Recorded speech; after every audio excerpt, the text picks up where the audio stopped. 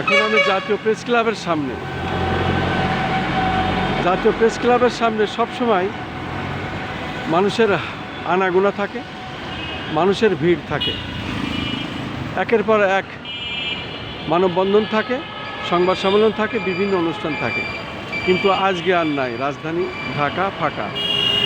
আমরা দেখতে পাচ্ছি রাজধানী ঢাকা ঈদের সামনে করে ফাঁকা। আর সারাদিন ছিল বৃষ্টি, এবং এই বৃষ্টির মধ্যে আমরা দেখেছি আজকে জুম্মার নামাজ হয়েছে, এবং আজকে ছিল পবিত্র মাহে রমজান মাসের শেষ জুম্মা, এবং এই শেষ জুম্মাতেও মুসল্লিদের অনেক ভিড় ছিল। সুন্দরভাবে নামাজ আদায় হয়েছে। বিকেলের দিকে আমরা একটু ফ্রি পেয়েছি, বৃষ্টি থেমেছে অনেকটাই, তারপরেও গুড়ি গুড়ি বৃষ্টি। অনেকেই ছাতা মাথায় করে যাচ্ছে, ছাতা মাথায় দিয়ে হাঁটছে, চলছে। আমি এখন জাতীয় প্রেস ক্লাবের সামনে, পররাষ্ট্র মন্ত্রণালয়ের সামনে। আমরা দেখতে পাচ্ছি মানুষ যাচ্ছে, তারপরেও ছাতা মাথায় দিয়ে ছাতা ধরে।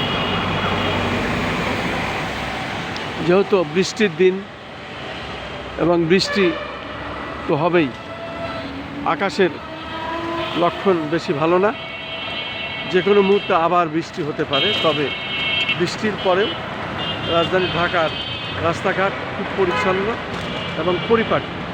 মানুষ যার যার কাজে যাচ্ছে, চলছে। আমরা দেখতে পাচ্ছি মানুষের কোনো কাজে কোনো সমস্যা বাধাবিঘ্ন নাই, এবং মানুষ চলছে। আমরা দেখতে পাচ্ছি ঈদের সময়, আজ রাত্রি বাদেই কালকে ঈদ। আজও অনেকে রাতারাতি বাড়িতে যাবে এবং ঈদ উদযাপন করবে, তারপরে আবার ফিরে আসবে রাজধানী ঢাকায়। রাজধানী ঢাকা এখন ফাঁকা। আসলে সেটা না দেখলে বোঝা যাবে না। মূলত রাজধানী ঢাকা এমনটি হয় না, সাধারণত ঈদের সামনেই এটা হয়, ঈদের সময় হয়। এরপরে আর আবার আগের সেই ঢাকায় ফিরে আসে, যখন মানুষের ভিড়, গাড়ির জ্যাম সবসময় লেগেই থাকে। আমি তার আগ মুহূর্ত ঢাকা চিত্রটি দেখে যাচ্ছি। রাজধানী ঢাকা এখন ফাঁকা।